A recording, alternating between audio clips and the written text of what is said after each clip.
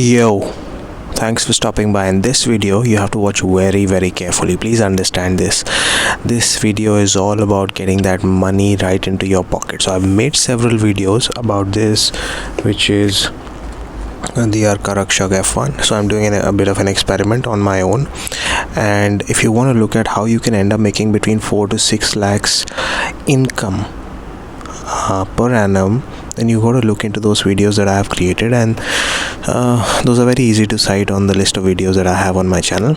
Very easy to cite, because right in the beginning you will see an eye-catching figure of 4,65,000 or 6 lakh rupees. So I have explained the whole business model very minutely with each and every detail, so you have to watch those before you come to this one. But nonetheless, since you've come to this one, I'll make you understand yet again, but in a quicker manner, without really opening that book that I used, the diary in which I had made calculations and shown in that video. But without that I can do it. So let me just show you the seeds first. These I had fetched from Bangalore, IIHR from Bangalore. So let me keep these aside, and now quickly make calculations in front of you. Before I make calculations, let me tell you that these I had sown about 10 to 12 days back, and you can see the seedlings are in pretty decent shape. I had sown about 90. I counted all of these. You can have a look at both this as well as that. So they are about 80 have germinated, and the great thing about these is that the germination rate is reasonably high. And not only that, now what I'm going to do basically is explain to you the business model of how these 80, if they turn into big plants, how they can end up giving me 1600 kgs of tomatoes. And that's the best case scenario. I'll take the worst case scenario as well. So let's just quickly do that, because I don't want to have this video becoming too long. So let's do it. So let's say 80 plants, none of them die. Best case scenario, as I said, I'm taking the best case scenario right now. And 20, this is 1600 kgs after 100 days. This is what I will get from all of these little seedlings that you see, right? 1600 kgs. Again, I'm taking the best case scenario. And now let me multiply it by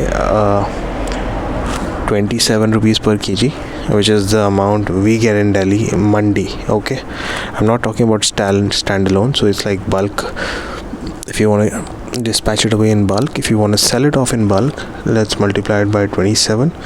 So straight away this is your turnover, 43,200. Now you can subtract about let's say pots cost plus other variable cost plus any other fixed cost. So let's say about 15,000 rupees.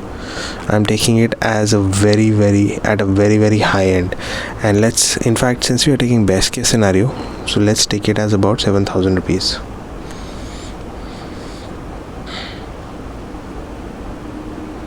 So as simple as that, you multiply, you subtract 43, you subtract 7,000 for 43,200, you get simply as 36,000 rupees, right? So that is what your amount is going to be after 100 days or so. And now let's what we will do now is take the worst case scenario. So as let's say you get 10 kgs yield from every plant that you're going to sow. Like these plants, these are seedlings right now, but they'll turn into plants. Let's multiply it by 80. So you are just getting 800 kgs, all right?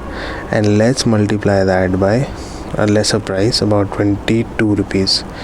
Then also you are getting 17,600 as your revenue, right? And now let's subtract about 7,000 as your expense for those 3 months. So you're still getting 10,600 rupees.